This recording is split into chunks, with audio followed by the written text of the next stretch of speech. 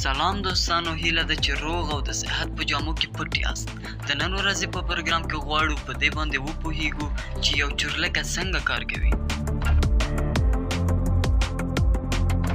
کله چې یو موټر په سرعت سره روان وي او تاسو خپل لاس د موټر ښیښې څخه د باندې وباسئ، باد ستاسو لاس په هوا کې بې وزنه او د تعادل په حالت کې ساتي. او کله چې خپل لاس لاندې خواته راوړئ، نو باد هم کوښښ کوي چې ستاسو لاس لاندې خواته کږي. نو په همدې توګه چورلکه هم ده، خو ستاسو د لاس پر ځای هغه په سر کې وزره لري.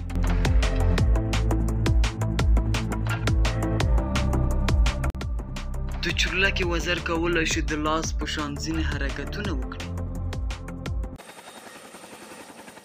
هلیکوپټر په همدې ساده طریقې سره په هوا کې الوزي.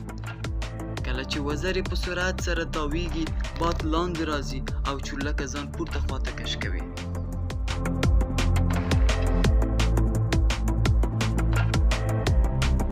د چورلکې پیلوټ کولی شي وزرونه یو او بل خواته هدایت کړي او په همدې سره چورلکه هر طرف حرکت کوي. کله چې وزرونه مخ ته ټیټ شي، چورلکه مخ ته ځي. کله چې شاته ټیټ شي، سرعت یې کمیږي. او کله چې ښي او چپ طرف ته ټیټ شي، مسیر یې تغییر خوري.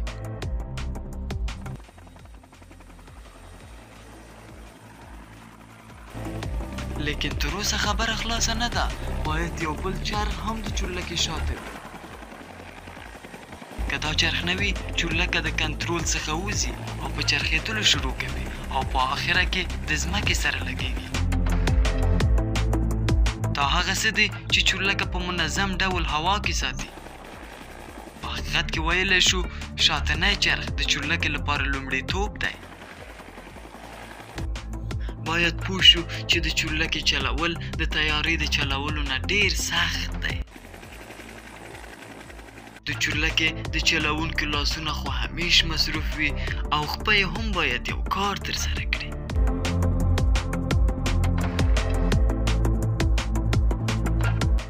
د هلیکوپټر د پیلوټۍ تصدیق اخیستل نسبت د الوتکې د پیلوټۍ تصدیق ته ډیر سخت او ستونزمن دی.